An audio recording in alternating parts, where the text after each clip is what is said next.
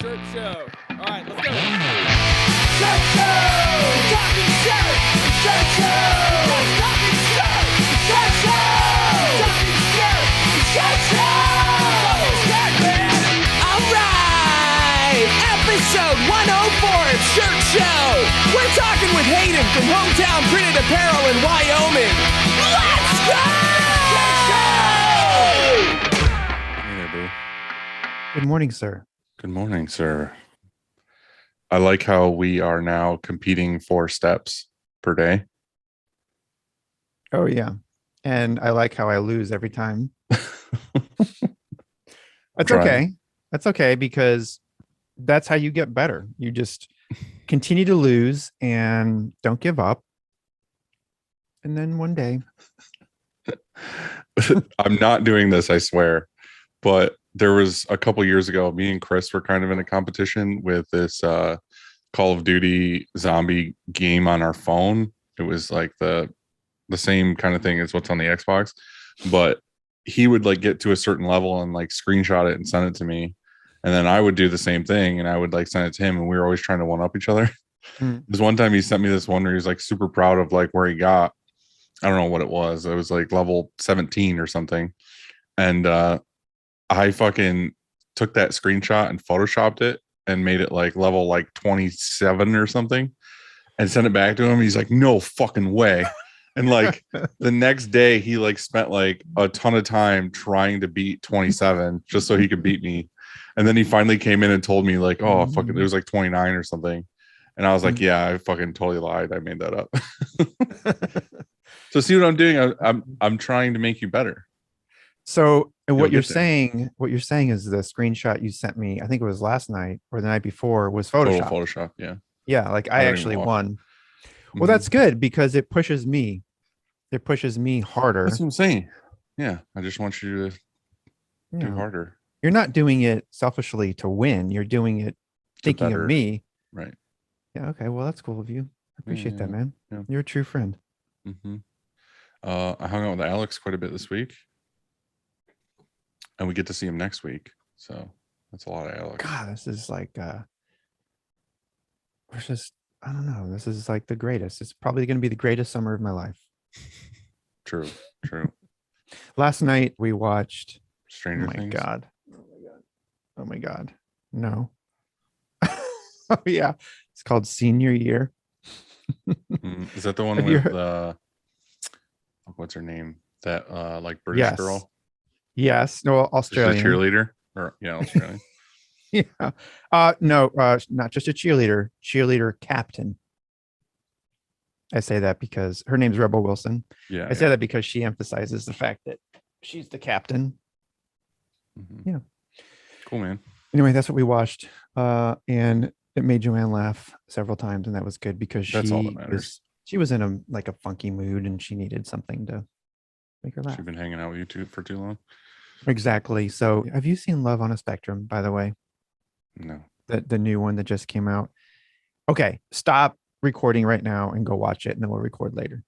Is that one of those shows like trash TV shows about loving someone who's on the spectrum?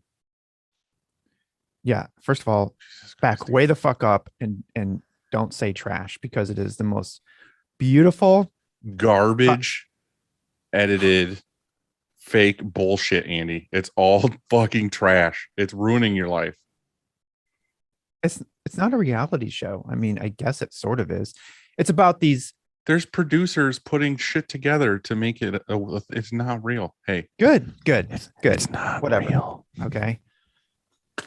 Frank. You never know what's coming. It all starts with the screen, and whether it's new stretches or restretches, Frank and his team do it the best. To find out more, go to graphicscreenfashion.com, FFFFF. Rank.com. Or greatfuckingscreens.com. Look, cleaning screens is no fun, but EasyWay makes it funner. Their line of eco-friendly chemicals will help you keep your screens and your shop clean. Hey, so check them out at easyway.com. EasyWay. It's the easiest fucking way. Action Engineering makes all kinds of accessories printers need. Go to actionengineering.com to have a look and then use Shirt Show at checkout. And if you've never used this code before, that Shirt Show code, you get a one-time discount of 15% off.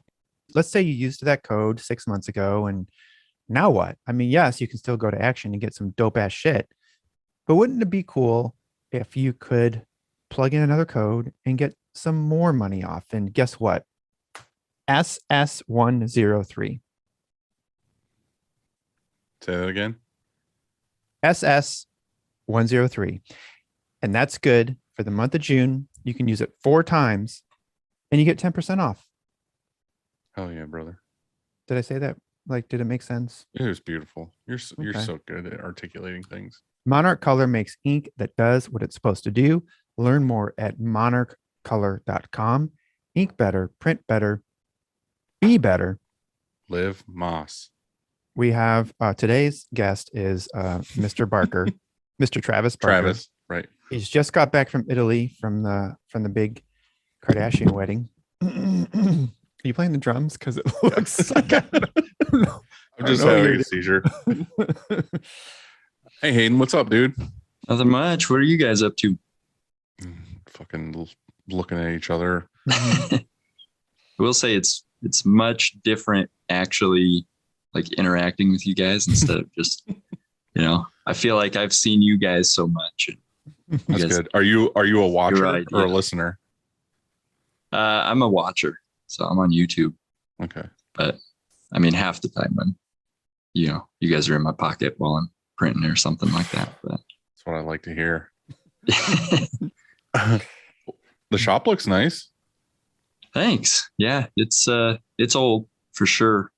Used to be an old grocery store back in the 70s, and they just never got rid of this bright green tile.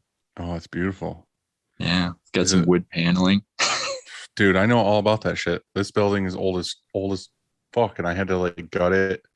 And there was like weird, gross tile that we covered with wood floors. And I know all about, like, me and my dad, just every day of like fixing this place, we would say it's character. Like anytime we did something and it was like 95% right, we'd be like, well, it's character. Because Yeah. there's no way you're getting it fully right with the building this old. Oh yeah, yeah. I feel that 100%. Are you renting that space, or is it are you own it now? Nope, I own it. Hell yeah. Yeah, as of January. Nice. Yeah. How much space do you got? I mean, a grocery store is a big space. So it was like, I don't know, it was like 2,400 feet, but 24,000. It was like pretty dang big, but then they split it into 2, and I just bought the portion that I'm in. So Nice. I believe it's 17. Nice. That's awesome. You know who else has their shop in an old grocery store, and I think it was an IGA, is our buddy TC. So shout out to TC, and shout out to shops that are in grocery stores. Cheers. Cheers. Yeah. Cheers to that. Does anybody ever come in looking for groceries, or is that it's been a while? No. Yeah, it's been quite a while. It used to be 2 stories, I guess. I still to this day get people coming here looking for bait or like shotgun ammo or something. Yeah. This has been a screen printing shop for like 25 years. So Did it just? We don't did have it that just- issue. Was there a Was there- dragon there? no, yeah, no. He's like, Looks like I forgot to shut off the compressor. Like, Well, Jesus. hey, I'd like to introduce you to our guests, and this is Dylan's favorite part. So hang in there for this. I'll make it short and sweet. And so here we go. Today we're chatting with Hayden Barker of Hometown Printed Apparel, located in beautiful Douglas, Wyoming. And so, dude, I got this box, like, and Dylan did too. We both got boxes a couple Mine of was weeks better. ago. Yours probably was better because mine was like beat up, and it had. Well, you got a unicorn. It came a jackacorn. A jack of corn. Sorry. I got a jack of corn. My box showed up and it didn't have, or I think it had a return address, but it wasn't from who. And so it looked kind of sketchy. And I'm like, I don't know what this is. And so Anthrax.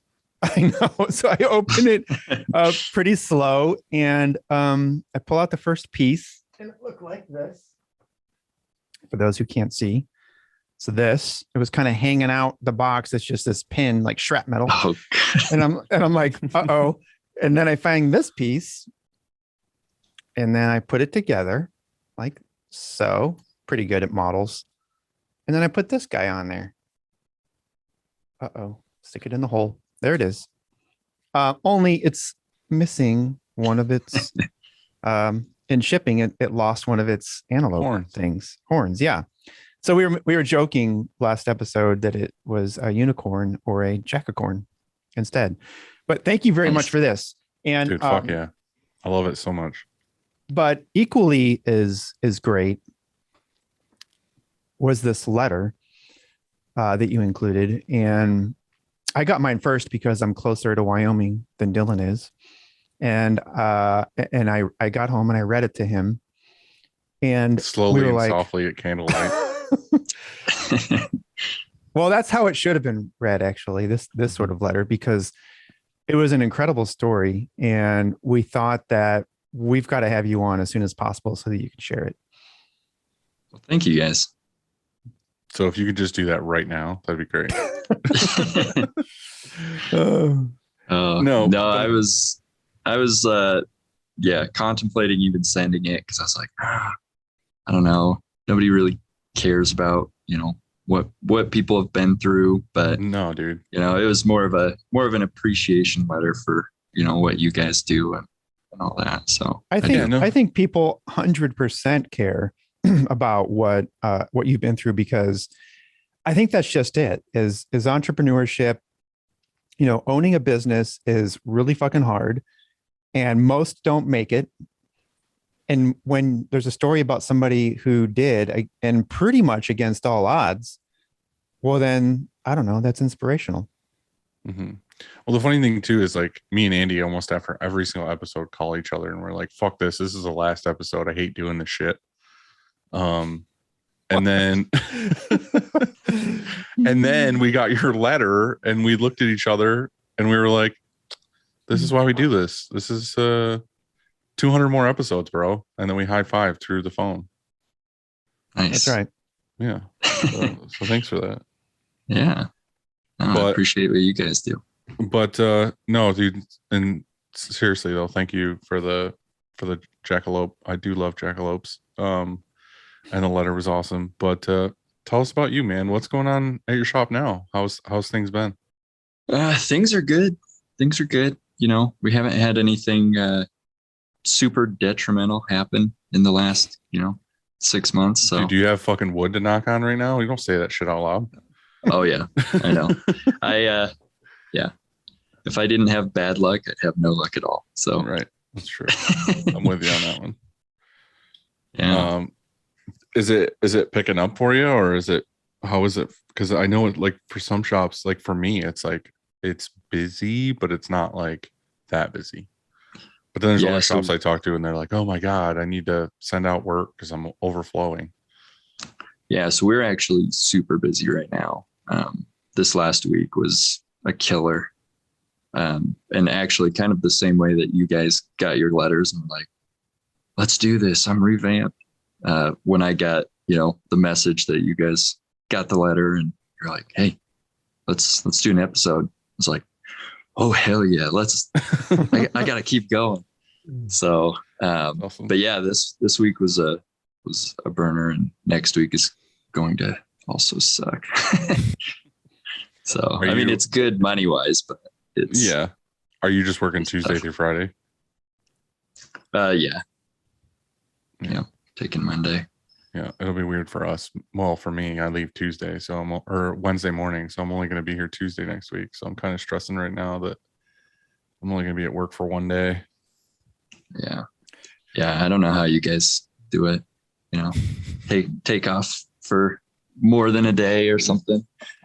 I just got done watching the second episode with Bruce and Steven, and It's like, gosh, I can't wait to get to that point where I feel like I can leave the shop for an extended period of time. Yeah, it's a weird thing. I feel like a lot of it is just making sure you have as much systems and stuff in place and good people to make sure it runs smoothly. Yeah, which out in the middle of nowhere that is hard to find. I feel that. Yeah, it's always something I have at least an opener and closer. So let's say I can't get away. It all started initially anyway with I need somebody to be able to open and I need somebody to be able to close. Because what if like at 3:00 I've got to go somewhere and do something for whatever reason? Who closes? Like who locks up, sets the alarm, and that sort of thing, and make sure everything's off. And so I just started there. So I started. I found somebody that was, of course, already here, and I said, "Can you, hey, what if you close? Like, what if we made this list of things to close down the shop?" And you did it and I paid you for that, and you said, Yeah. cool. Yeah, let's do it. And so that's how it's kind of always been. And so I made this list and then he actually made this other list that was better. It was like a Google Doc that you could always, modify and change because things change over time. And so then we just for a week kind of did it together, just walked through the closing duties just to make sure like we'd have a water main to our washout and to our booth and to our hoses and everything, because one time we have the water main on and then somebody left the water on and you know how you have on a hose, you have the nozzle, the squeeze nozzle thing. Well, Yeah. It popped, like the end of the hose popped. And then we got here and there was water all over the place. And so now we always close the valve to the water. That's just one of the things we do before we close. And we just kind of walk around and do all the things. And eventually you have somebody that can open and close. And that doesn't mean you're not going to be there at some point during the day, but just, help you open and close anyway. Yeah. Well, and pretty much everyone here has the ability to open and close, I guess, but there's just a lot of work. I feel like that's one of the things that's overlooked with shops is like you said, you need like having someone make sure everything is off or just like properly put away at the end of the day. Cause like I know for me and in certain situations that have happened here, it's super important. So your fucking shop doesn't burn down or your water doesn't overflow all over the floor all night long or whatever. So like I have that here. Usually it's Brian or Zach will go through and like unplug everything, shut off breakers, shut the water off, like make sure all the doors are locked, all that stuff. I feel like that's super important. Should be a checklist.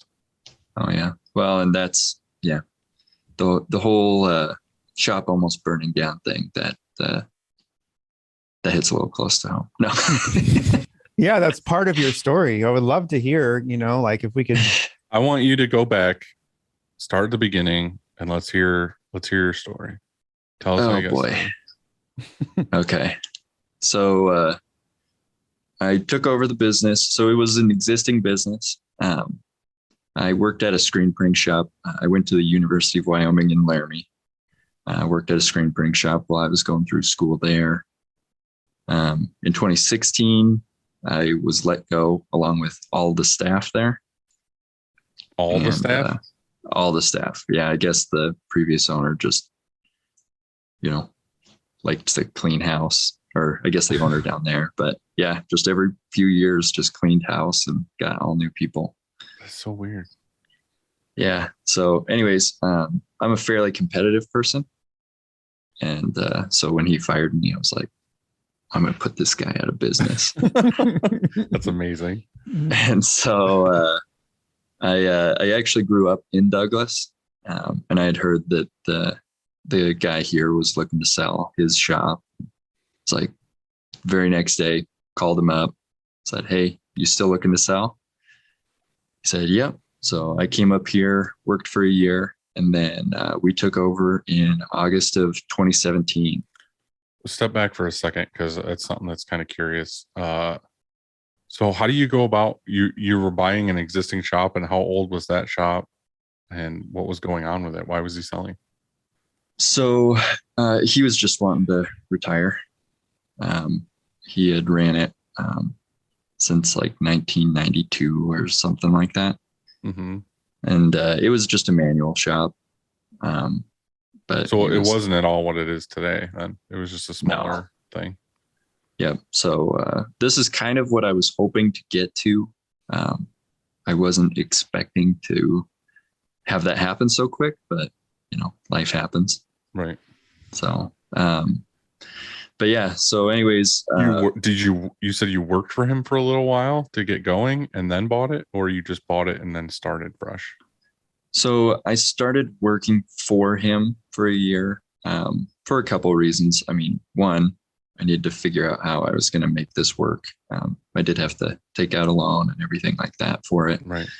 And then I also wanted to kind of see how the shop ran, maybe, contact some of those customers and make some of those relationships before everything was official and,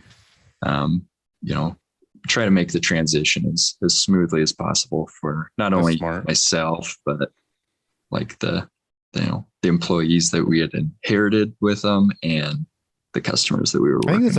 I think it's a really good move. I mean, I think if you purchase or you acquire a business, another shop, let's say, and you merge with your shop, and it's just like on one day that shop is what it is, and then the next day it's now your shop. I think that abruptness too jarring. For some customers are like, I'm out. I'm going to go somewhere else. So I think that if that's like the perfect way to do it, because they sort of warm up. They know they can say, oh, well, he's already been there. Like Hayden's been there a year. So now that it's his, I'm cool with it. I've been experiencing, in other words, it's going to be the same. There's not going to be a lot that's different. Plus there's that like hyping, like someone trying to sell you anything is always like hyping up what they're trying to sell. You know what I mean? They could be like, oh, it's just shop does this and here's the numbers and this, everything runs smoothly and the equipment's all perfect. And then you get there after you buy it and they leave. You're like, wow, this is a fucking shithole. Like, yeah, you working there, you got to figure out like what the kinks were and what was actually possible in that space. Oh yeah. Yeah. And the previous owner did a great job of kind of, walking me through everything, showing exactly what he did. It was a really smooth transition. Nice. So anyways, do you guys remember that eclipse that went through the US back in 2017? I think so. Like, pretty much. We actually, we went outside and we stared at the sun and almost went blind. No, Nice. I had ordered some, you get those goggles or those like disposable glasses practically where you can watch the eclipse. Got the pinhole in them. Yeah. I think ours were broken because we're standing there staring at it and we're like, oh shit, like something's maybe it's not working right. But I remember that. Yeah. Okay. Yeah. So Douglas was right in the center of totality. So we had a ton of people coming in. But what I'm getting at is I took over the week before that eclipse. And that also happened to fall right during State Fair, which in Wyoming, pretty big deal. Yeah. And that's held in Douglas. So did you do anything at those events or try to promote yourself at those events, or you just were, it just happened to be at the same time you took over? Yeah. So we printed a bunch of different eclipse shirts we've got like a little bit of a retail here.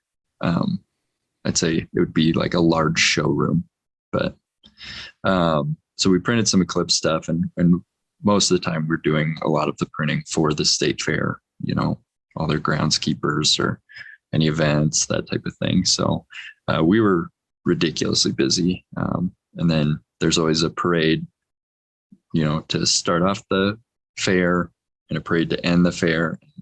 Everybody and their dog wants a shirt to wear during the parade. Mm-hmm. So it was quite the start.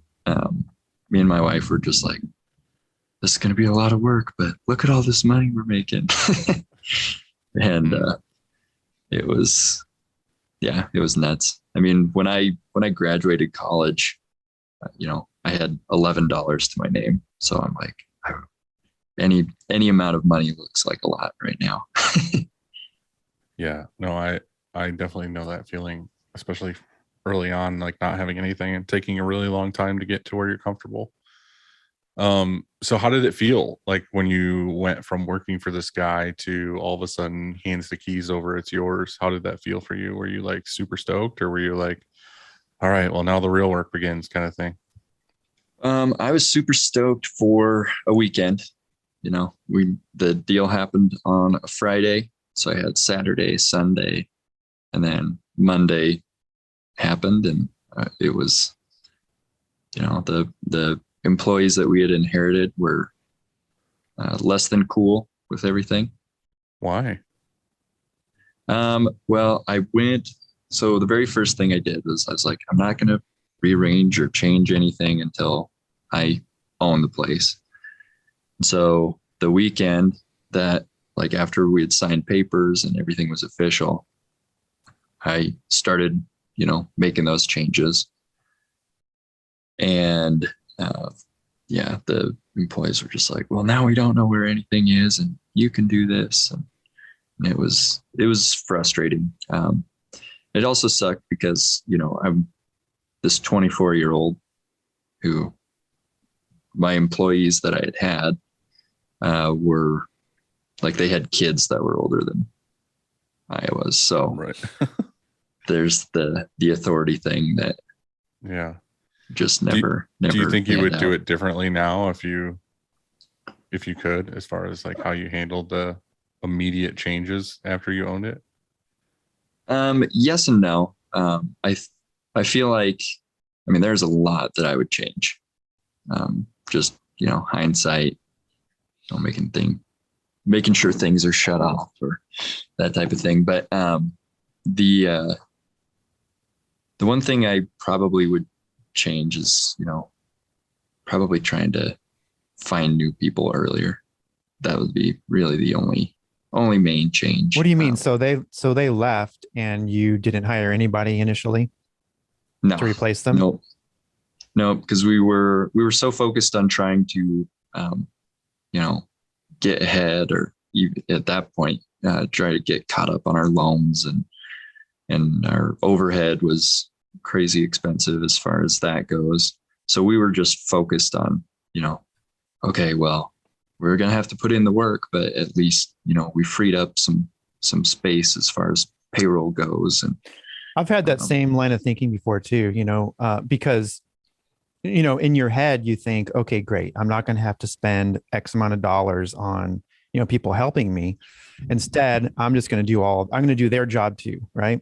And so I think that you can get away with that for a little bit, but what happens is, generally anyway, is that any sort of growth or any, you know, everything like that is just slowed because you're spread too thin.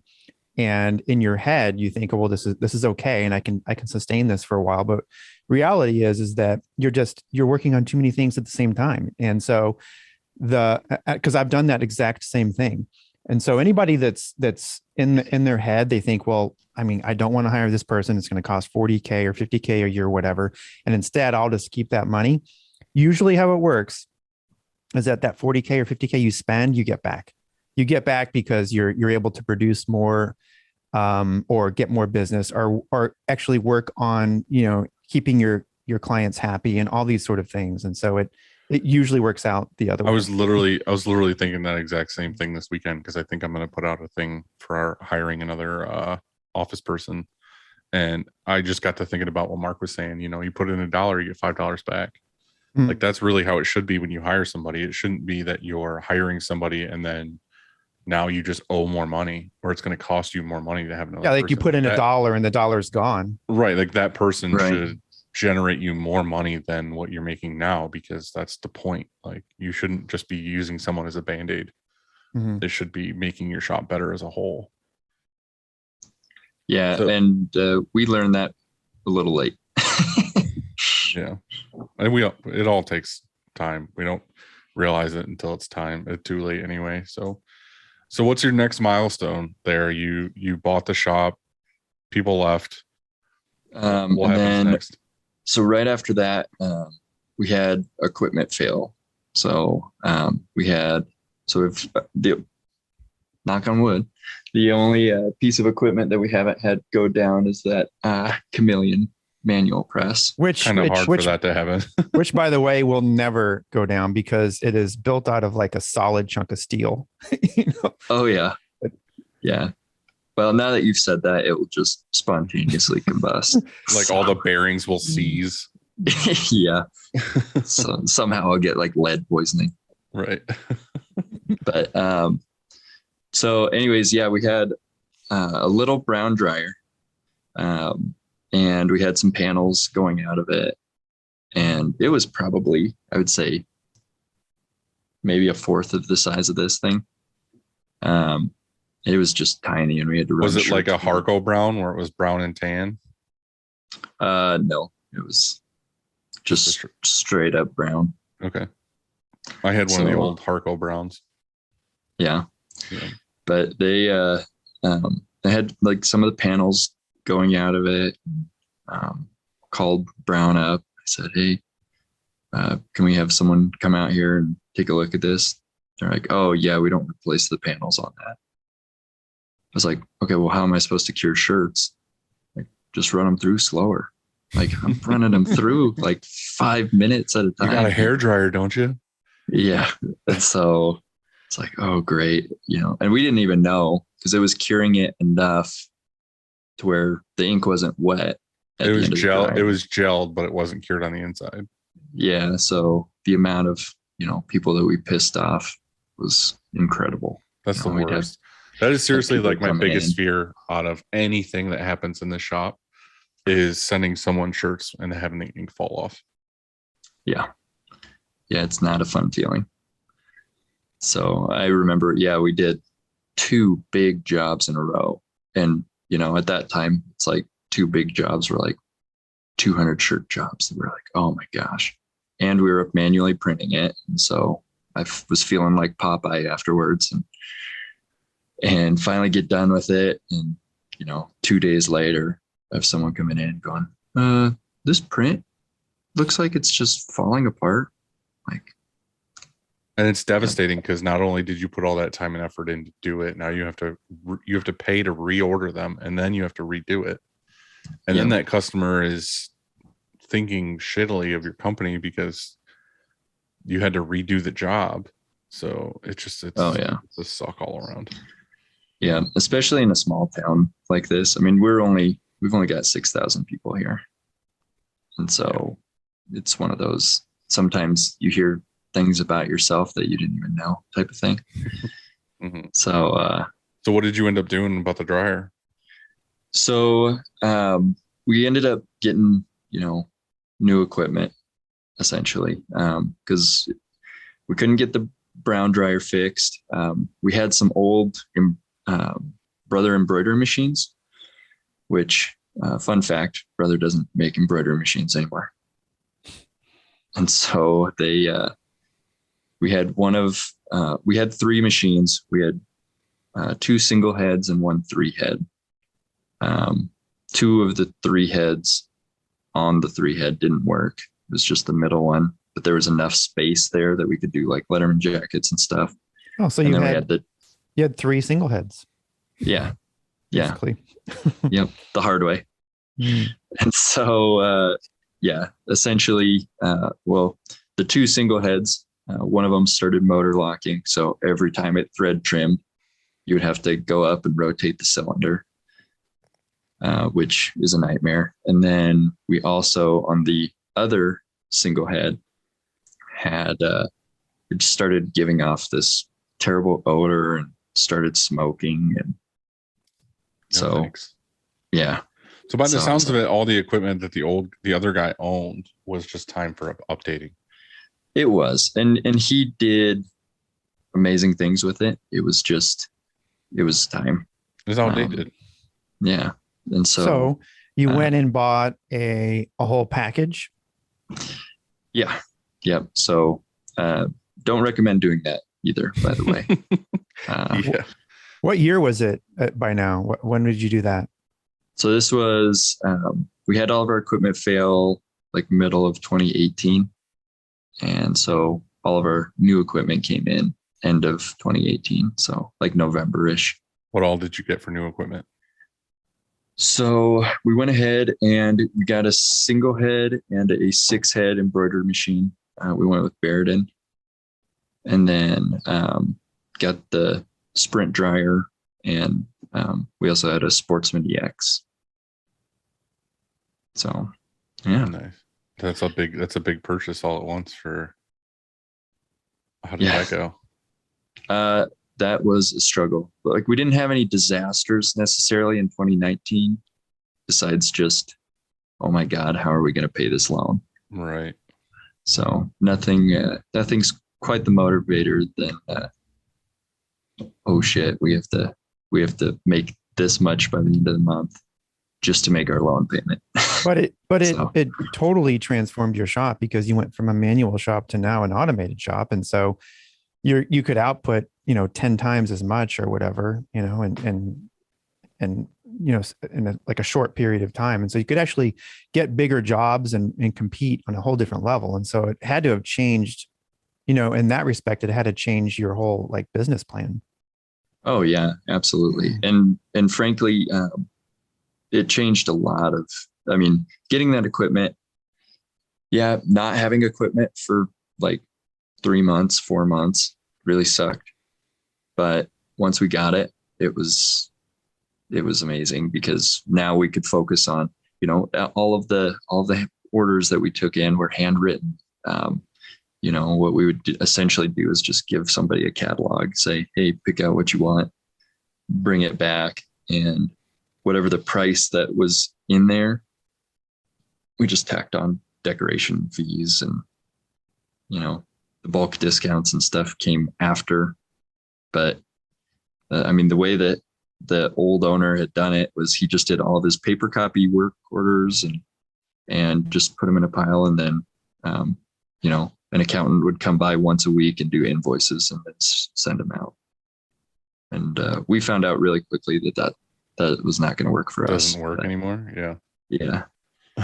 So, but yeah, so after, 2019, nothing super serious happened. But in 2020, obviously COVID happened, and that was really sucky. And then, we did have a really bright spot in 2020. I had my daughter. So Nice. First time dad.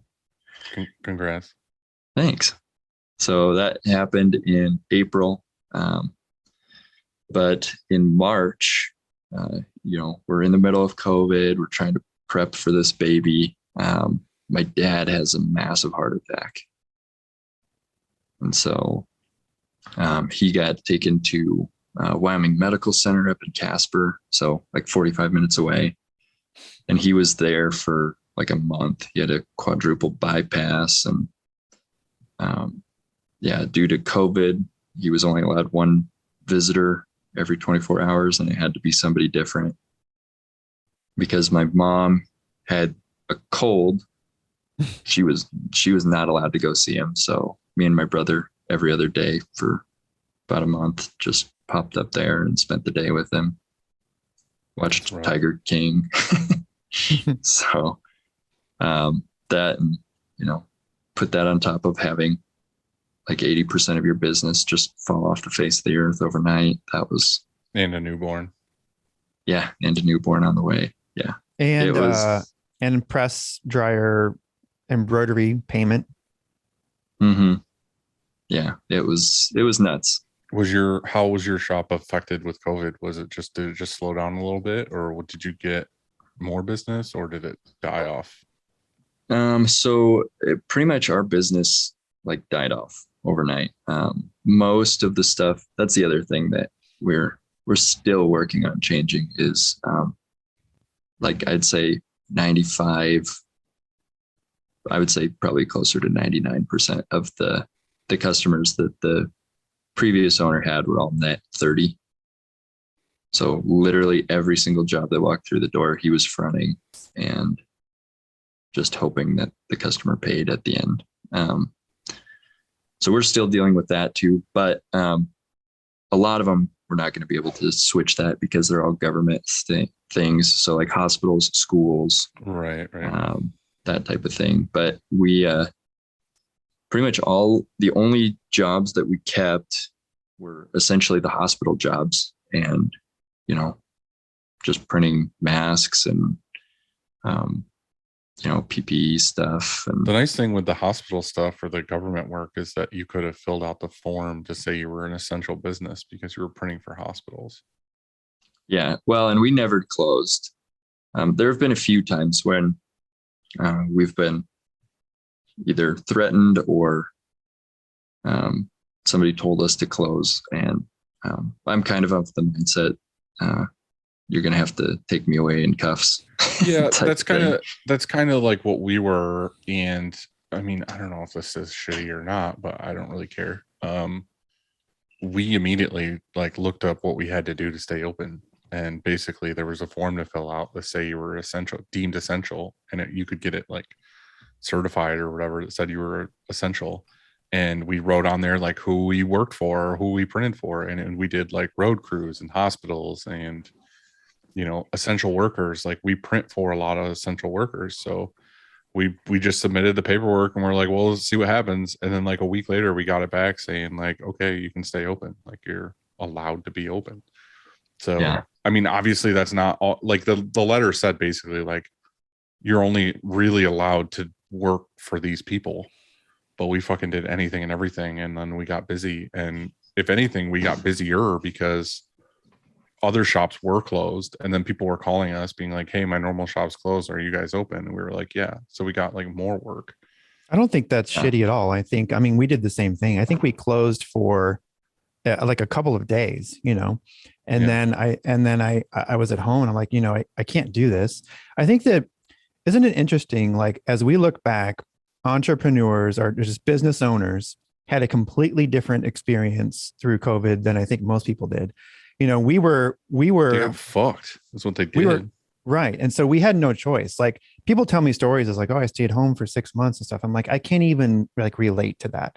It was a completely different experience. We worked, like I said, we took a couple of days off, and then I came back in here, and then we actually worked harder than ever because we only had so many people here, and then all of a sudden orders started coming back, and you couldn't find people or couldn't get people. People wouldn't come in. It was we had such a different experience, I think, than most. I'm just so glad I'm in a manufacturing space like this, where we do have a smaller crew. What I really feel bad for were the people that owned restaurants and shit. They got fucking dragged. They got the worst, because you got to think they're totally relying on people coming in, and then they're no restaurants allowed. And then they're all right, you can have restaurants, but you have to have outdoor seating. And then winters here where it's -14 outside, it's we can't have fucking outdoor seating. And then I don't know, just tons of stuff with that. It's just so ridiculous. It's I don't understand how they kept it going. And there were a lot of them that didn't, had to shut down. So anyway, you got through COVID, your dad has a heart attack. Yeah. What's next? So then in October of 2020, we I went downstairs to grab some blanks or something, and saw that we had probably 2 foot of water in our basement. And that was devastating. So we had— What was in the basement? So I had moved all of our— I know, there's the dragon again. Yeah. So yeah, we pretty much kept all of our back stock. We had 20 years of, previous owner would, get an extra shirt here or there. We had a bunch of random stuff. A lot of times with our local high school, we'll keep white, gray, black, and royal blue shirts in stock.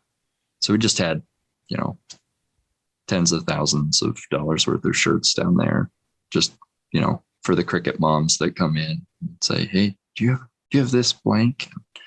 So we can kind of sell them that. Anyways, got down there, had just a shitload of water. And so I immediately called the city, called a plumber, tried to figure out what was going on. The plumber was saying it was on the city side, and then the city was saying it was on the, my side. And so there was that discrepancy. And so we just leaked for a week, every day after work. I would go downstairs and we'd pump 600 gallons of water out of our basement every single day. So what was it? What was the problem? So it ended up being a city water main that had leaked. And it had actually leaked out in front of our next door neighbor's business. Like just the pipe had burst. But I guess the way that they had done it, there was just a path of sand right to my basement. And so did you end up getting anything for that from the city? Like, did they end up covering costs, or did you get reimbursed for anything? So I had like right around $10,000 worth of damage. And I fought with the city for it ended up being like 7-8 months before they sent me a check for $1,000. And if I would have been at a place financially to take them to, a court setting. Yeah. That I would have. It's just such a kick in the dick when stuff like that happens, because they're just gonna screw you. They're just gonna they're gonna get it deep enough where they know that you're just fuck it, it's not worth going into further, or they know you don't have the money, like you said, to get a fancy lawyer to cover it. So that it's just stupid. I'm dealing with stuff like that a little bit with certain things with NICEAG, and it's that's our electric and gas, New York State Electric and Gas, and they do stuff all the time where we have brownouts here constantly, power goes out, or I don't even care if the power goes out. If it's just instant shut off and it comes back on, whatever, the power went out, that sucks, but whatever. But it's the brownouts that are the worst, because all of a sudden everything in the building is and it's just super low volt, mid voltage, and it fucking kills everything. It could fry your computers or the press or the compressors or whatever, and there's nothing you can do about it. If it fried every piece of equipment in here, I would probably have to argue with them for years to get anything from it. And then again, you said, they might be okay, well, $1 million worth of equipment got ruined. They'd be all right, here's $25,000 for your problem. You know what sucks the worst about it for you it was the city. I mean, we collect 8% sales tax on every single order for our city. And you're telling me that if I have some sort of flood because of your water, that you're not going to support us, because if all the businesses leave the city, then where's their income from? I just think it's terrible that they wouldn't come in and say, dude, sorry about that. You had 10,000 in damage. We got you. In fact, here's an extra 10,000. We need you to stay in business. Yeah. Yeah. Well, when I kind of told them that too. I was just this is pretty shitty. And they're well, that's they do one of these. They're yeah. Well, yeah. What the guy said to me was, well, that's the risk you take to having a business downtown. And I'm oh, okay. That's something we should do. That's something that Christina mentioned to me, was we should have some people on that helps protect these printers, like an accountant or maybe a lawyer that would know better. You know what I mean? This is actually something you can do. We should have someone like that on to talk about this kind of stuff and figure out what we're actually allowed to get fixed. Yeah, I got I know this is boring shit right here, but I just got my insurance, business insurance renewal, and it listed out it itemized everything that, we're covered in all of our coverage. Right. And so I looked through it because I'm curious. And as I'm going through, I'm there's some things on there that I didn't even know we had covered, which I'm stoked about. And there's other things that I think maybe are missing. So I called my agent and we talked for a little bit about them. One of the things that's really good is that on our policy, it has 1 year, an entire year for loss of business. So say this burnt down, obviously it's going to take maybe even a year to rebuild. It's especially now with all the construction. 3 times that amount. Yeah, who knows? And so it's we have 1 year loss of income, which is really, really cool. Just things like that. If you don't have, what do you do? What if it burns down? and you have loss of income, what do you do for a year? I mean, how do you function? And so I don't know. I was looking through all that stuff and I was curious. One of my questions is like, what happens if because this just happened to us. We had a customer pay. I think I texted you, Dylan, about this because I got in a jam. We sent out an invoice that you can enable or disable the credit card payment. And we sent out an invoice for them to see. And this invoice was $34,000. I would never want anybody to pay a credit card $34,000 because, for one, I've had that. You lose 3%. Fees. That's a lot of money, right? And then also they can dispute. You could have a chargeback, and they could say, "Oh, we didn't get our shit. Fuck you guys." And so then you have to prove your case. You have to say, okay, well, we have a purchase order, or here's an email, or we shipped it and they signed for it, and all this kind of stuff. It's just a hassle. And so we accidentally had sent that out, and they paid credit card. And not just one card, but there was a few charges. Right. They had to use multiple cards because right. And so I'm like, son of a bitch. And I called, so I asked my insurance agent, I said, hey, what happens am I insured for a chargeback? Like, let's say we sent out this stuff and they say, and they refuse to pay or whatever. Do I have any sort of coverage for that? And he said, you have accounts receivable coverage for $10,000, but that's only in the event of something happens. Like, let's say we did have a fire, and they'll get you for, they'll reimburse you for $10,000 accounts receivable, and you can change those limits, but it would just cost more every month or whatever. Right. So I thought to myself, well, there's got to be insurance out there for this sort of thing. Like, if you I feel like there's burned, insurance right? for everything if you're willing to fucking pay for it. That's just it. Mm-hmm. And so you decide, okay, well, cool. I can get insurance for anybody if they stiff us with a credit card or whatever. I can get insurance, but that's going to cost me every month. And so is it worth it? Because it doesn't happen really ever, And so because we protect ourselves, we don't. Well, I had a conversation. I'm like, hey, remember, we don't send out invoices. We don't want to accept credit cards or anything over $5,000. It's just too much money. You lose too much money in fees. Mm-hmm. And so, but it just happened. It just happened accidentally. And so what do you do? And the worst part is 3%. Yeah, 3%. On 30,000, 3%. That's like $1,000. Just gone right out of the gate before you even print anything. And so, anyway, as far as insurance, $900. Review it. Yeah, take a look at.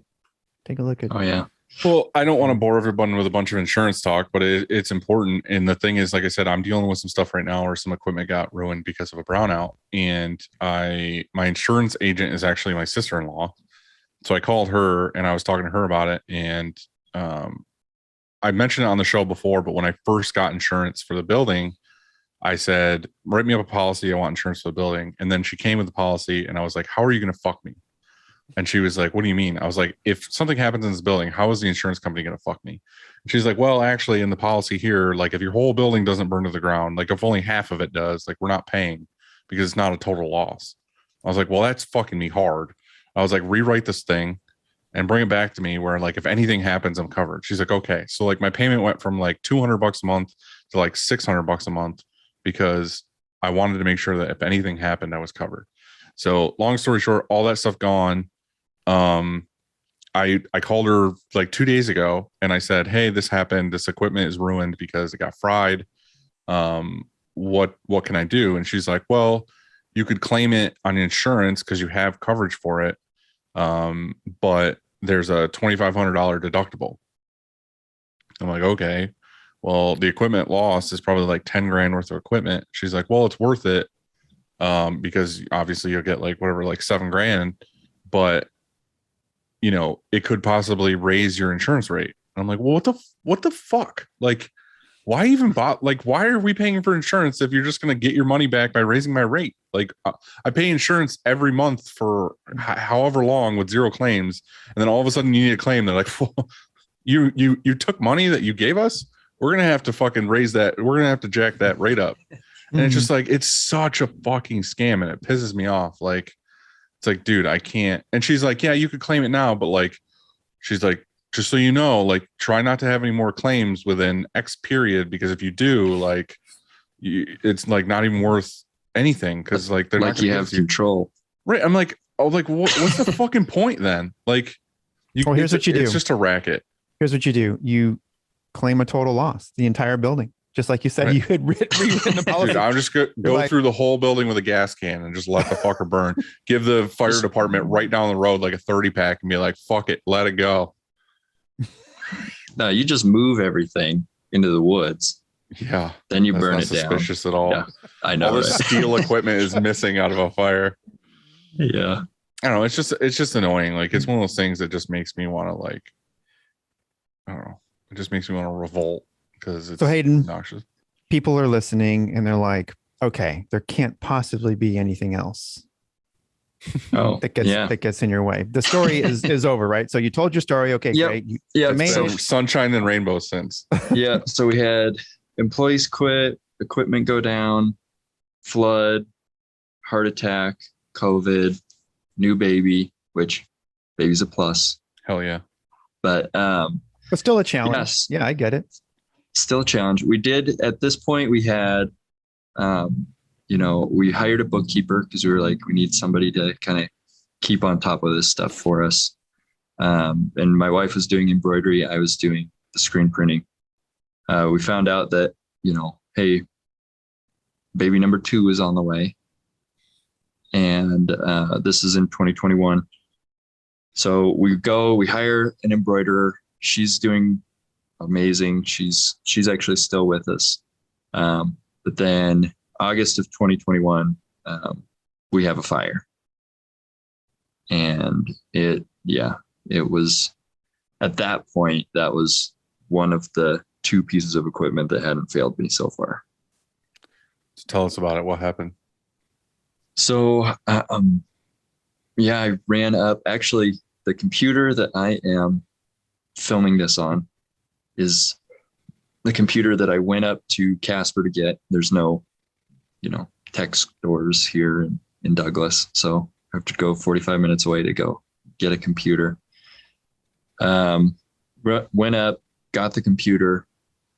I was going to set it up in my house so that I could, do artwork, send out invoices at home, maybe see my daughter grow up a little bit as opposed to, being at the shop all the time. Makes sense. Yeah.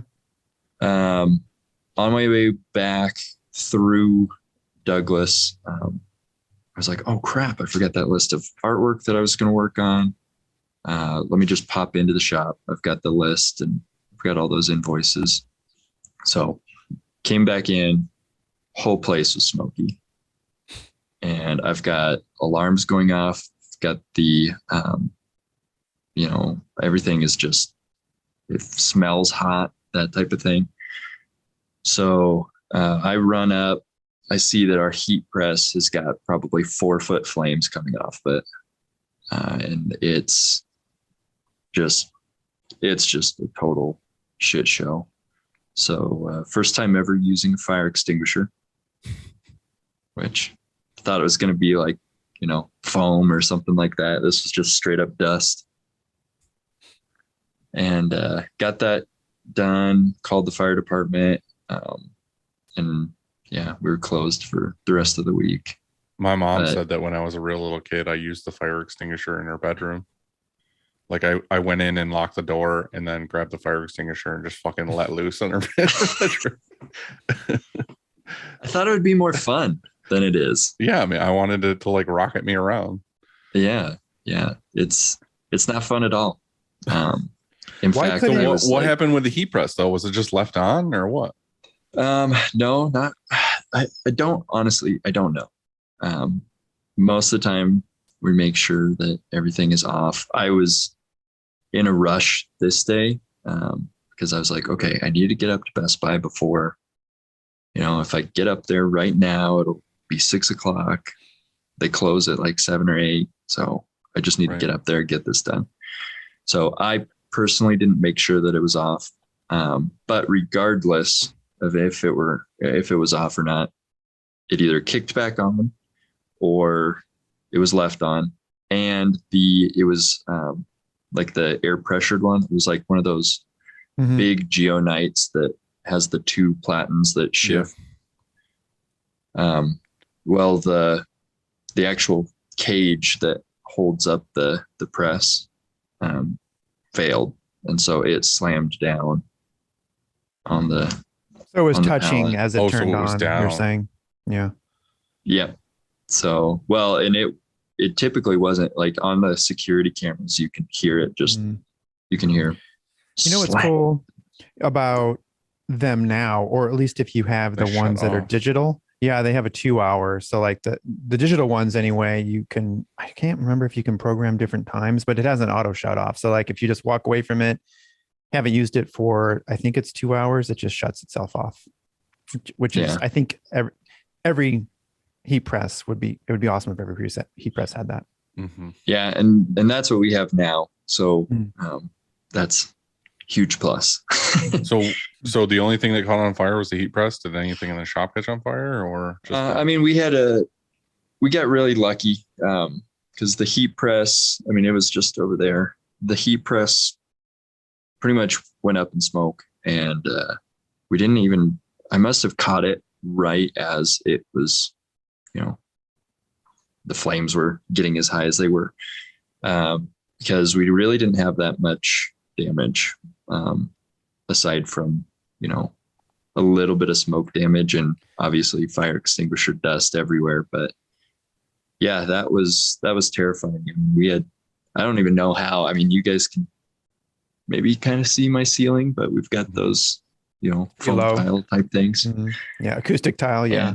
Yeah. And so that's what, the flames, we had flames licking that. I don't know how it didn't just catch up on fire. Mhm. The fire department was like, we got ridiculously lucky because this whole line of buildings is just essentially a tinderbox. So, good thing you came back when you did. It's like, Mhm. I'm glad I'm so forgetful. Forgot my artwork at the shop. Seriously. So, but yeah, so fire, flood, and then right after that we had, like the day after the fire, I had my bookkeeper quit, and that was fun. Why did she quit the day after, or he? So she wasn't super happy with the way that I did things, and I guess she decided that the day after the fire was the right day to be like, hey, if things don't change by tomorrow, I'm out.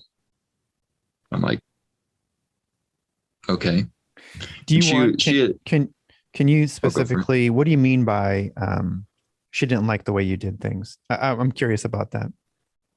Did you So, like buy something and like throw a receipt in her face every day, or what? oh yeah, that's me. You like No, crinkle it up and throw it at her like a basket? So she didn't know. So she was retired she worked at the school. She was like a secretary at the school. And I hired her as a bookkeeper. So just to kind of stay on top of invoices, but, she didn't like the way that, I prioritized jobs, or the way that, if something was going to be here in a week, she thought, well, if it'll be here in a week, then we need to get it done as soon as, the job comes in. We just need to knock that out. She didn't understand the way that I scheduled things out, or So it wasn't specifically about her, how it related to her, because as a bookkeeper, production doesn't really affect her necessarily. When you say bookkeeper, right. were you in some sort of software? Like, were you using QuickBooks Online or Printavo or something like that? Or was it just real, like just bookkeeper, paper and pencil type of thing? No, so it was QuickBooks Online. And then while she was there, and I think this is probably, now that I, reflect back on it, this is probably what she really didn't like the most, is we had switched over to Printavo. And so I could see that now. Yeah. Jeez. So I know, but, yeah, so she was like, things need to change, and they need to change by tomorrow. And if they can't, you need to tell me so that I can put in my 2 weeks. She didn't like the transition from QBO to Printavo because that's going to be hard, but once you get there, it's supposed to be easier, right? And so Right. how soon, how long had it been since you switched to Printavo? About a month. So yeah, it was interesting, but, and there's a part of me too, and this is just me being little vindictive, I guess, but there's a part of me that thinks that she just didn't want to help clean up after the fire. Just, I think I'm done. It's like, okay, that's fine. So she put in her 2 weeks, or she asked if she should put in her 2 weeks. And I was like, I don't think 2 weeks will be necessary. Let's just do it now. Let's just get this over with. I've done that, song and dance before. That makes for the worst 2 weeks ever. Yeah, they don't actually work that 2 weeks because they know they're leaving. Yeah. I think it can go either way. I've had that same deal where, they've stayed for 2 weeks, and it's really beneficial because they wrap up a lot of their, pending things or emails or customers or whatever it is. They write a couple of SOPs on how they do things.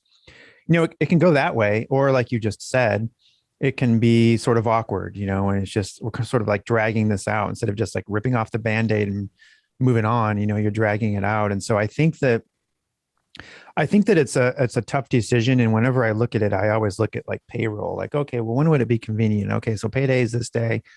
Why would you work 1 day past payday or anything like that? So I try and time it so it just works out perfectly. And also, other people are sort of watching. And so they know that, oh, when I put my 2 weeks in, he's going to let me go that day. And that could be bad because, they're trying to plan on their end of things and when they're going to start their next thing or whatever. And so I think it's tricky. I think that you really have to, I think everyone's different. I think every person that puts in their 2 weeks, I've handled it differently. It's not, I don't think there's just like a cookie cutter way to do it. It's complicated. Right. that exit, that breakup right there is complicated. So how did that work out for you though? Was it better that she left like in the long run because you did things differently with your like setting up invoices and all that stuff? Yeah. I mean, it ended up working out. And, we're still on, good terms and everything like that. It's just frustrating when, there's not a lot of people in the hiring pool here. And right. You finally get somebody that you feel like you mesh with, and then they come in and they're like, yeah, I don't like the way you do things, and they need to change tomorrow or I'm out. It's like, yeah, I feel like give me a little bit of a breather. I'm in the same kind of boat as far as like small town stuff and getting people in. But what I've found over 12 and a half years now here is that if you get somebody in that has kind of like a toxic vibe to them, and it's just like, I don't like what you're doing, or I don't like how this is run, and that's what you're doing is better for the company, and it is better because you've like done the research and everything else, and like getting Printavo for you was probably like a good step, like a real good thing for the shop, and you knew you needed that. And I feel like from what you said, you're getting away from like paper invoices and just like shitty ways to do things.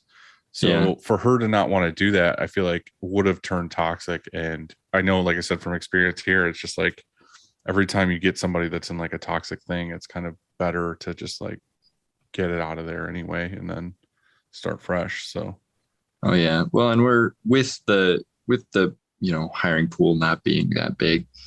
I mean, my main focus is trying to get a tight knit group of people that we can automate what can be automated, but really it's all of us just kind of working together and becoming a cohesive unit, essentially.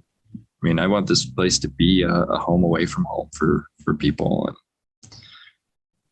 I mean, I know it's been my home pretty much.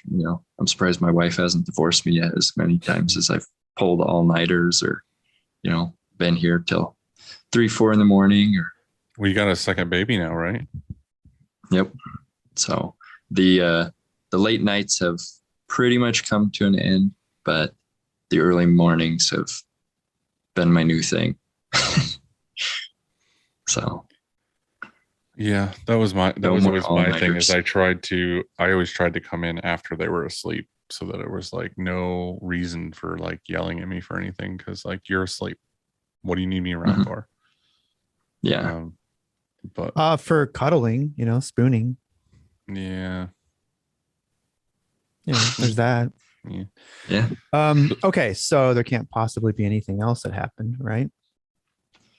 Well, nothing that I can think of other There's than two more. I can think of them. I know I think I know Oh. your story better than you.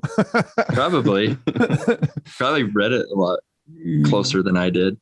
Yeah. So I know there's this thing with an engine, car engine. Oh, yep. Okay. I forgot. I There's included that. also one other thing with the C word. The C word. Oh, God, that's terrible.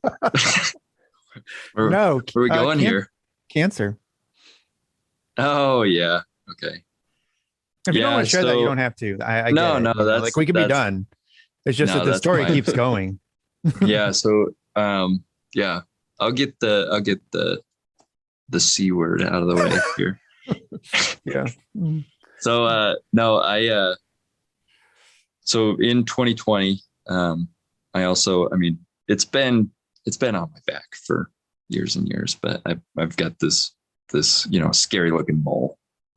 And so my wife was just like, you need to get that checked. We don't have a lot of work. We've got insurance. Let's just get it in and get it checked while we don't have work. It's like, okay, fine. So I go in, like I get a couple like skin tags removed or whatever. And doctors kind of joking around like, oh, Wyoming doctors, I think, are a different breed because they just like make fun of you the whole time. It's like he's Like that playing Tom with my Segura skin tag. skit where he's talking about how his Yeah. doctor's talking about him being a piece of shit. Yeah, exactly. So like they cut off the skin tag and they're like, holy cow, like rolling it back and forth. They're like, here, you take a look at it, that type of thing. And they're like, well, is there anything else that you need us to take a look at? I was like, actually, yeah, my wife wants you to take a look at this like mole on my back. And they went from joking around to like dead serious in just no time at all. And so, yeah, then they got that taken off, biopsied it. And, in the next couple of weeks, they were like, we need you in ASAP because, this thing is right on the verge of spreading. It's, we've got some melanoma here. We just need to get this. So taken what care of. was it like? Not to get super personal, but like what made it like really sketchy looking? Apparently it wasn't raised, which I think is a red flag. So if you guys have any raised moles, be a little bit leery on that. But it was just raised is large. bad or just flat on your skin is bad. Well, mine was flat on my skin and it ended up being cancerous. Cool. 'Cause But I have one on my leg that I'm like, this motherfucker's getting bigger. Yeah. See, and I never really noticed it getting bigger, but my wife did. And it had a lot of like irregular borders and it was, a little bit different colored.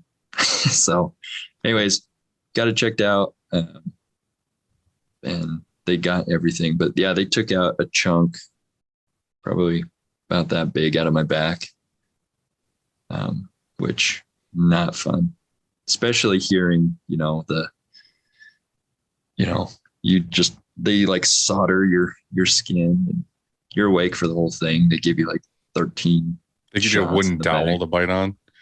Yeah, pretty much. Or they graft Like it from a different piece of skin or something from somewhere else. They should have, but they didn't. They just stretched it. So I've got this big like dip in my back now.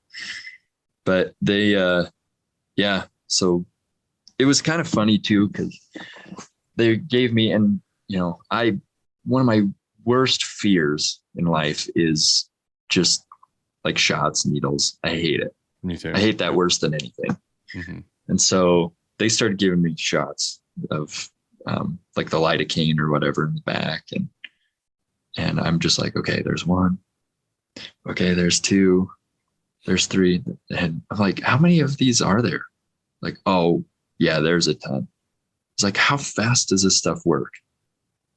Like, oh, pretty quick. It's like, can't you just wait for like 5 minutes? Let the area kind of numb up a little And bit. then do the rest? Yeah. They're like, oh, we haven't really thought about that. We never even thought about that ever. I'm like, are you kidding me? So yeah, it was like probably 8 shots in. They're like, should we try this? I'm like, yes, for the love of God, please. so yeah, got that all taken care of. And then actually the day of the fire, so in August, we had the fire, got everything kind of taken care of with that. And my wife calls and is like, oh, by the way, I'm stuck on the side of the road. The car won't start. And yeah, had our engine totally blow, had a head gasket, just decided to go AWOL. And so, yeah, had the fire, engine go out. I mean, it's just, yeah. I feel like I may have even left out stuff on that list because, It's too like painful to think about again. I know, like, oh yeah, that did happen. Oh yeah, I got electrocuted. That was fun. Totally forgot about that. But yeah, my wife, we were here late one night. This before we had kids, before we had any employees. We still had all of our old equipment, and I was going to plug in a heat press, and used one of the old, just extension cables that the previous owner had. And apparently it wasn't grounded right. And I grabbed it, and that thing grabbed me back. And so I let out like one of those like, and my wife, like, she was laughing. She like kind of came around the corner and was just like, what was that? I was like, I just got the shit shocked out of me. She goes, what are you talking about? It's like, did you not hear me? She's like, oh, I thought you were just trying to be funny. Like, no. She's like, I've never heard you make that noise before. Like, yeah, that's your husband getting fried. we have whips that go down through the presses, and then we have them come out on the floor, and then we have like big, like commercial plugs for the flashes to plug into, not a twist lock, but like an actual like plug to chunk it into. And on the Sportsman, Bill had to like move the flash one day or something or whatever, and he grabbed the box and he grabbed the plug, but when he grabbed the plug, his fingers were like kind of under the plug, and when he pulled it out a little bit, his fingers like fully contacted with the actual plug. And he said the same thing, like he literally was like, he said his whole body locked up and he like couldn't let go. He was just like, for a solid couple seconds, just like yeah. Oh yeah, just like, it's hard not to laugh when he's telling the story, but it's just like, yeah, like, dude, it's fucking terrifying. And I was like fucking dying laughing in his face. But oh yeah, it's just one of those things, like, it's not great. All right, so Hayden, I think that's it, right? I mean, as far as major. Yeah. Okay. Yeah. If anything else happens, I'll let you know. But cool. Keep us updated. All right. And I have this again with this book, right?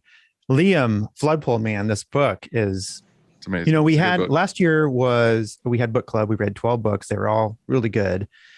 I so wish this was one of them, because I think I just want the world to read this book. And in it, though, there's like this little diagram that I think sort of pertains to your story. Yeah.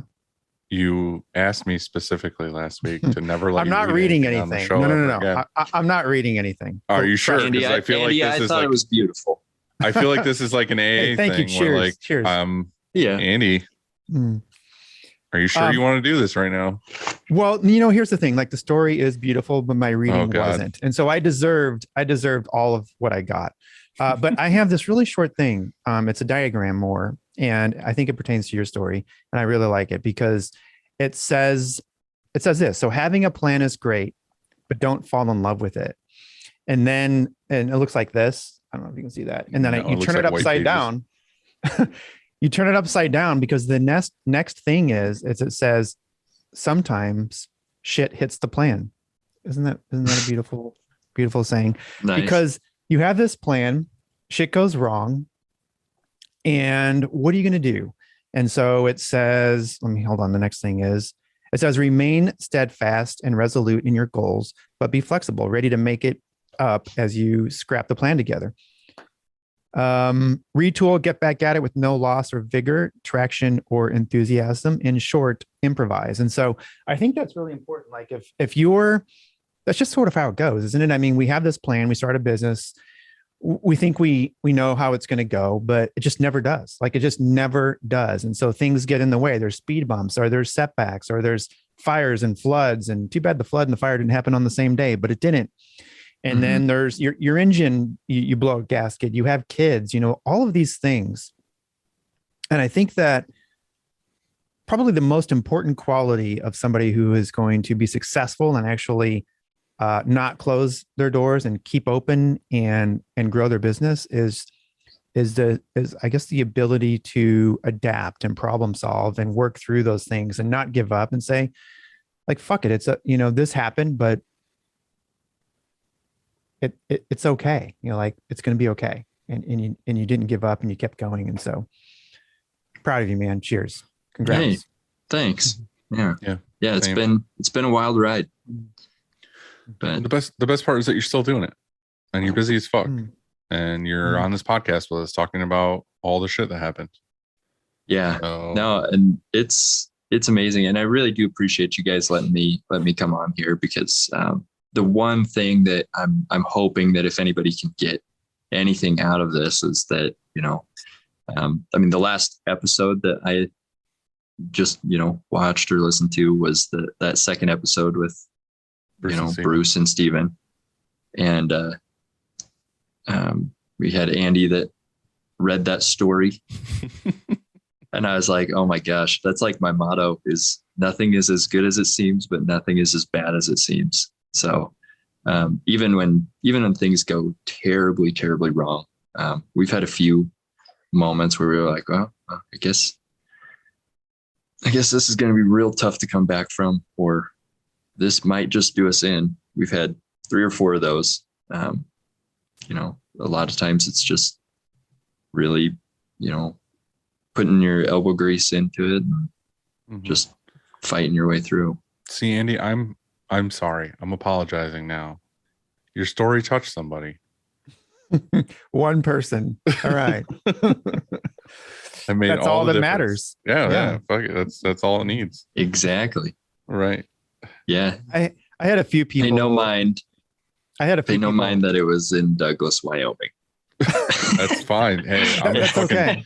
I'm in Whitney Point, New York, man. There's like 700 people that live here. So That's the craziest thing, isn't it? Like what's so cool about now and just being able to record just a few people talking is that it can reach anywhere in the world, anywhere. It's really, I don't know. It's really incredible. Yep. But yeah, the I don't know. I think that's all I have for that. Do you, Dylan? No, I mean, I thought Anything, just like I said, I thought your letter was super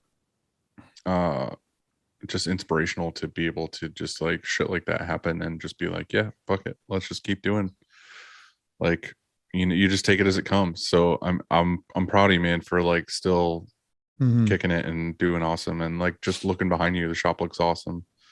Thanks. You're getting after it. And that's all, man. I think that people just, like you said, like, I think people just need to hear that, like, shitty stuff happens. I feel like a lot of there's people out there that like one heavy duty shitty thing happens to, and they're just like, that's it. Like, I'm done. I don't know how I can keep going after this. And it's like your story was just like fucking kicking the nuts after kicking the nuts. So, and you're better than ever right now. So yeah, you know, you got two beautiful children, a shop that's running awesome, and you're living it. Yeah, and I was messaging you, and you were like, "Okay, cool. You know, I'm down. I want to come on to the show." And you said though, like, I don't think I have any shop hacks though that haven't been said. And I said, "Dude, I know your shop hack." You remember what I said? Yeah, it was like persistence or something. Yep, same word. I said perseverance because perseverance. Yeah, same thing. Is that your shop hack is exactly that. It's just keep on trucking. Fuck yeah. Yeah. Keep on trucking. Yeah. Yeah. My dad has a saying that he's like, you know, Barker's rally. That's all we do. We rally. So We just rally. Well, obviously you do. So Yeah, you're good. It's not fun sometimes, but Yeah. we're gonna make it. Well, Andy. Questions Well, for us? actually, no. Real quick, how's things right now? Like, are you feel good? Is everything with the shop going good? I mean, I know you said you're busy, but like, is there anything right now that like you are in a bind on or bottleneck with? I mean, bottleneck. I don't know. I mean, so like I said, I've got me and one other full timer. And actually, now that summer has started, we've got 3 full time, or including me, 3 full timers. So we've got a high schooler that cleans screens and stuff for us. But really, our bottleneck is, getting quotes and stuff out to people.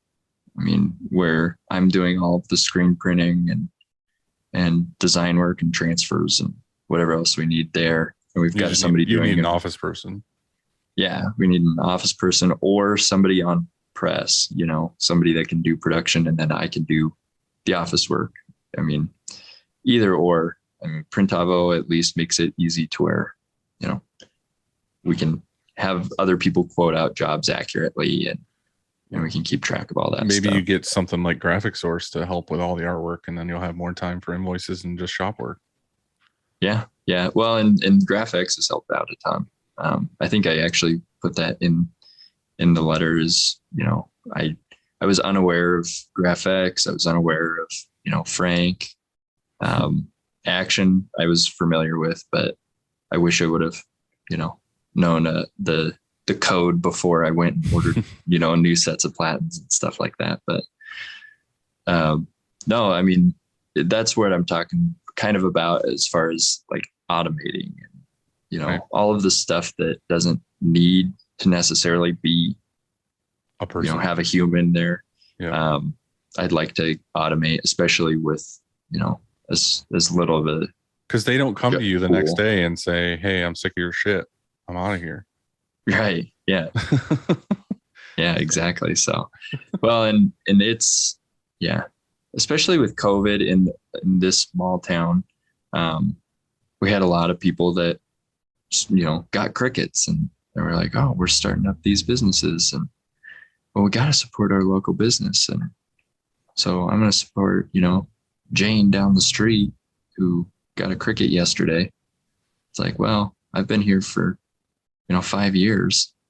And before that, it's been here for 25 years. So appreciate you guys, looking out for me here. Don't forget about you. Yeah. Yeah. Okay, so before we get to questions for us, I found a picture of the eclipse, and probably why I said that about, it's the first time I've ever noticed that it wasn't an eclipse yet. It was just the sun.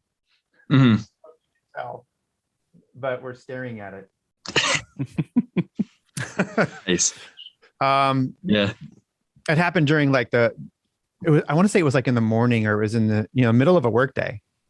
Yeah. We all went out and stared at the sun. But yeah, questions for us. Do you have any? I've got a couple actually. Pulls out his notepad. I know, right? Look at that fucking clipboard. Holy shit. Yeah. I'm a big clipboard guy. We've got like these, magnets and stuff everywhere. I try to stay organized. Yeah. But my dad was a basketball coach for years. So so you got a whistle too? Oh yeah. Yeah. If Megan in embroidery's not doing her job, it's the only way she can hear me. Right. Hear me over the machines. No. Mm-hmm. So with Douglas being so remote, I mean, we've only got 6,000 people in Douglas, and we're one of the more populated cities in Wyoming. We are starting to branch outside of the state a little bit and get work that way. But I didn't know if you guys had, if you guys have any experience with like social media ads or like the Google ads, or like, I just don't know how to increase my web presence without doing the whole social media thing.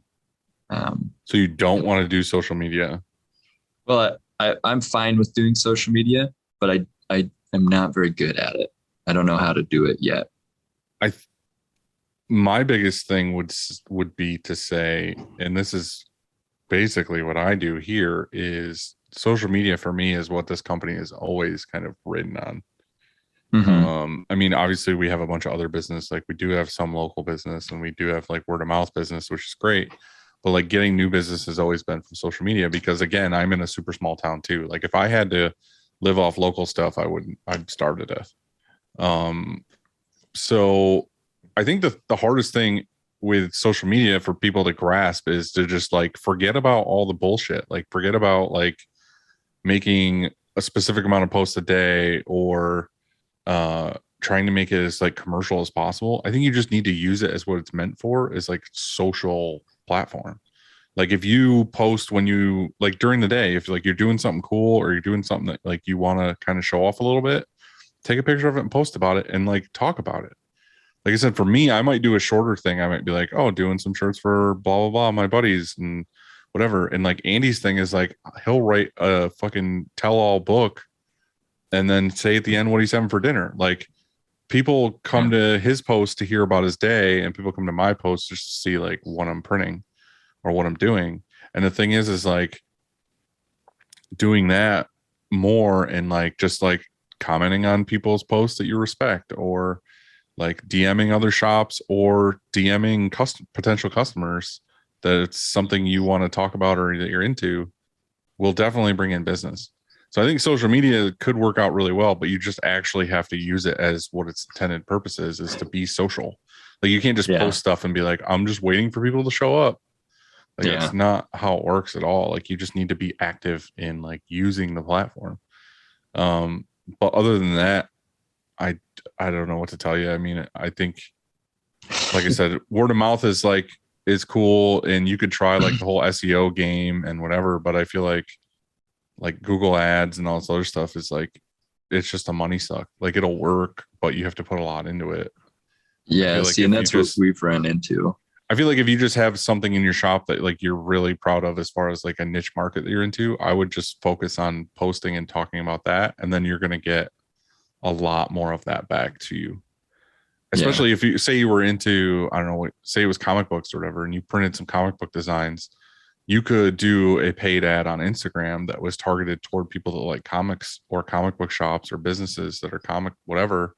And then eventually like you're going to get more and more of that business because they're going to see it and they're going to be like, well, I have a cool shirt of a fucking, I don't know, like a Pikachu doing this or whatever. They're going to be like, well, I know this shop just did like a couple of things like that and they made it look really awesome. So I want to work with them. That's kind of how that snowballs into getting more and more outside work. Cause like I said, all of our business is outside work. Like it's all over the place. See, and that's one thing that, you know, we've recently updated our website. So with COVID, we decided to get some retail on our website. And I will say one of the shirts, like one of the shirt designs we did may have saved our business because we just sold so many of them. Awesome. We had like Wyoming socially distanced since 1890 or something like that, you know? Perfect. And so anyways, I've recently switched that over because now the retail on our website just doesn't make sense. So we were with Shopify. Now we're working with Squarespace and now it's more of, you know, showcasing like our custom work. And we have gotten quite a bit more business from that just by switching that over.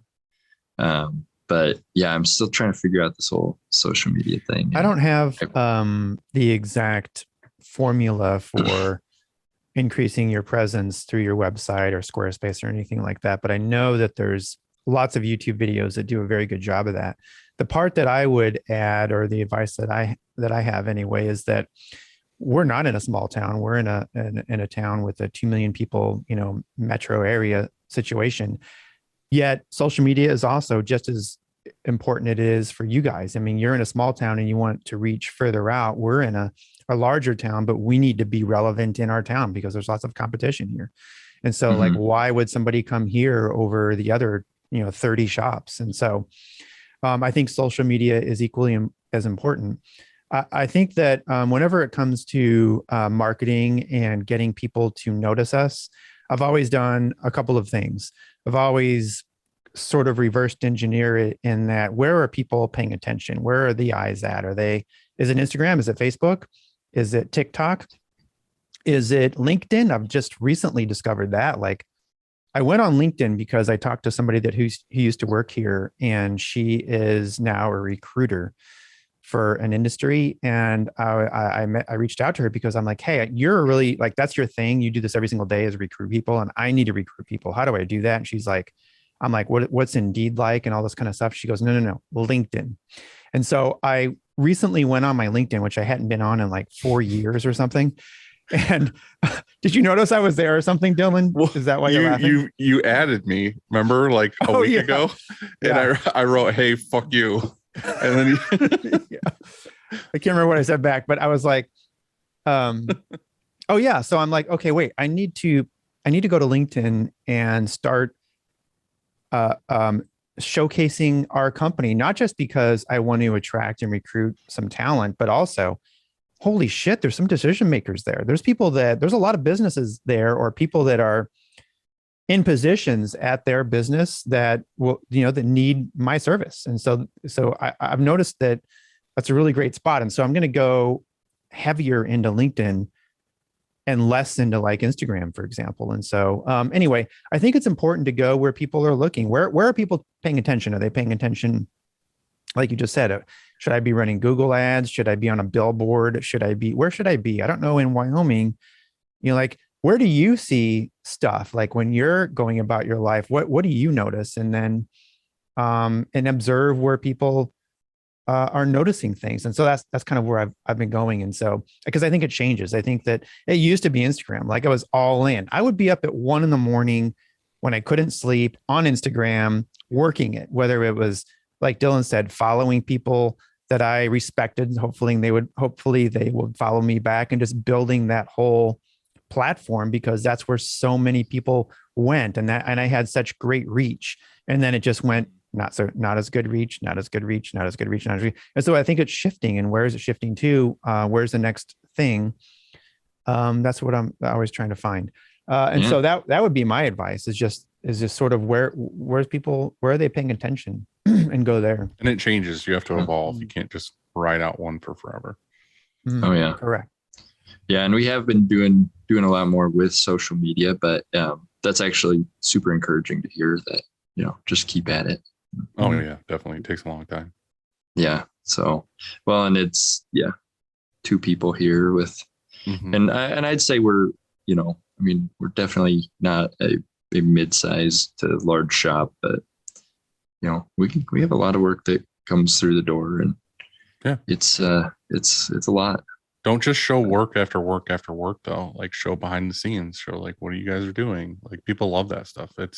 I feel like people like that more than, like, I might post a picture of a shirt that we printed, and I get like a decent amount of likes, but I could post a picture of like me doing a fucking cartwheel in the office, and I'll get way more likes on that than I will anything else.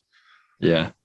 And that is not a real post. I could not do a cartwheel to save my life. So, well, now I want to see it. Right now, I have to do it. Yeah. Did you have any other questions? Not really. The only thing that I have here is, how do you guys go about recruiting people? I know that it's been one of those things that you guys have talked about in previous videos, and like how to get people, how to get people that have had industry experience versus training somebody brand new. Pretty much my only option at this point is training somebody brand new. But yeah, we talked about this a little while ago. And like I said, I'm about to do it again, but I feel like the best success I've had with getting applications was the paid Facebook. What is it even called, Andy? What was it, like, job search thing on Facebook? Yeah, you can do a job posting and you can boost it. And I think that works well, but I think it sort of depends on who you're looking for. So are you looking for somebody in production? Because then I would recommend Facebook, and also probably Indeed. But are you looking for somebody, for example, that maybe is a client success manager, or somebody in HR, or somebody in design? like a graphic designer? Because then I think I think LinkedIn is where it's at. I think that she was right. I think, you can go on to LinkedIn and pay for a recruiter status. And so that gives you access to people who are looking for a job, and you are then the employer, and you can do all kinds of searches and fine tune it and things like that. So I think it all depends on who you're what position you're trying to fill. Yeah. Okay. No, that's super helpful. Thank you. Yeah. All right. You ready for some quick takes? So ready. Okay. Andy, you're up first. I am up first. So Hayden, vacation or staycation? Definitely at this point, vacation. Where are you going? So let's go. Anywhere. No restrictions. No restrictions.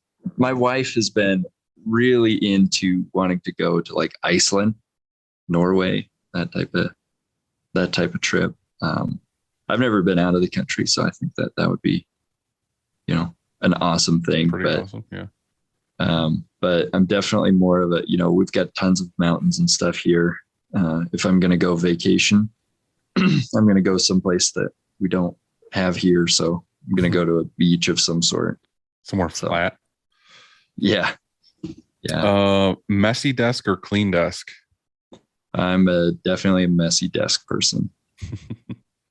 Yeah. But do you know where everything is the question. I'd say like 75%. That's a no. That's a no. Just say no. I should probably, we could update this question, because I am a clean desk, messy drawer person.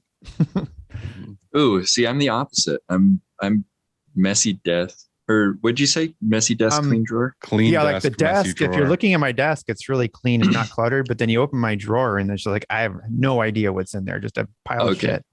Yeah, mine's the exact opposite. You look on top of my desk and you're like, this guy is having a mental breakdown. But you go in the drawers and you're like, oh, everything's organized in here.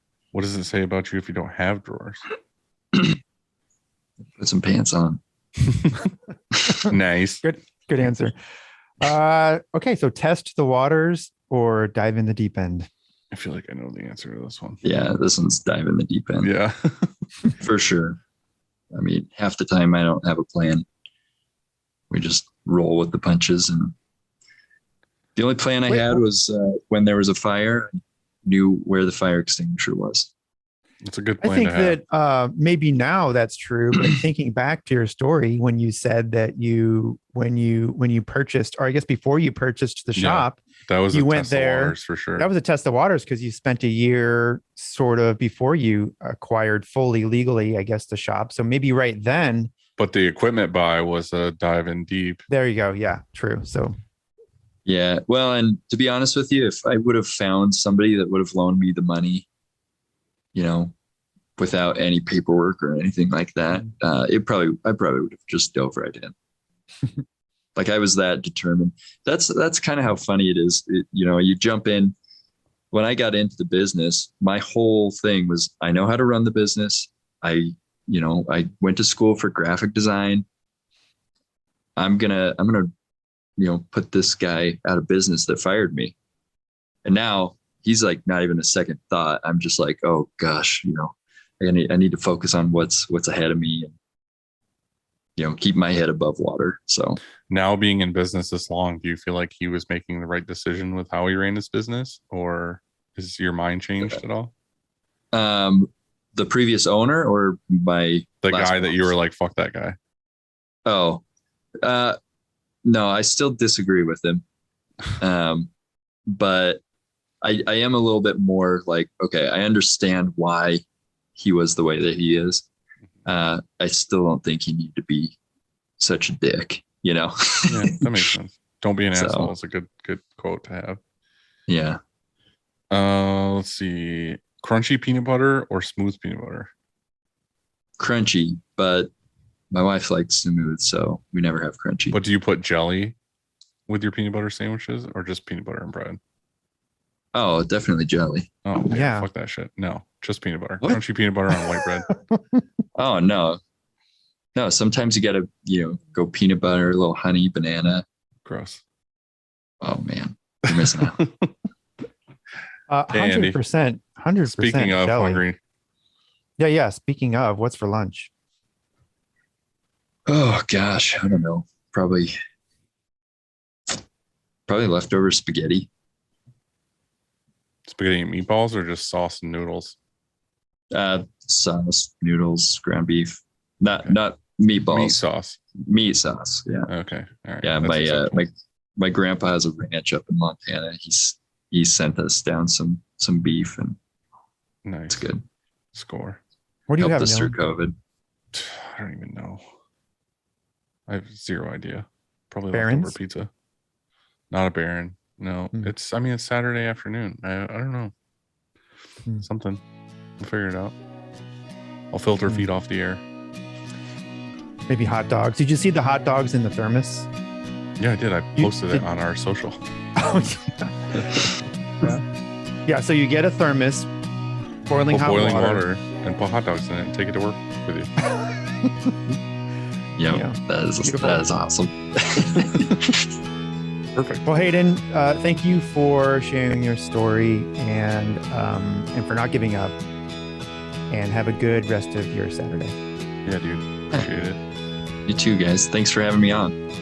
Thanks, dude. Have a good one. See ya. See ya.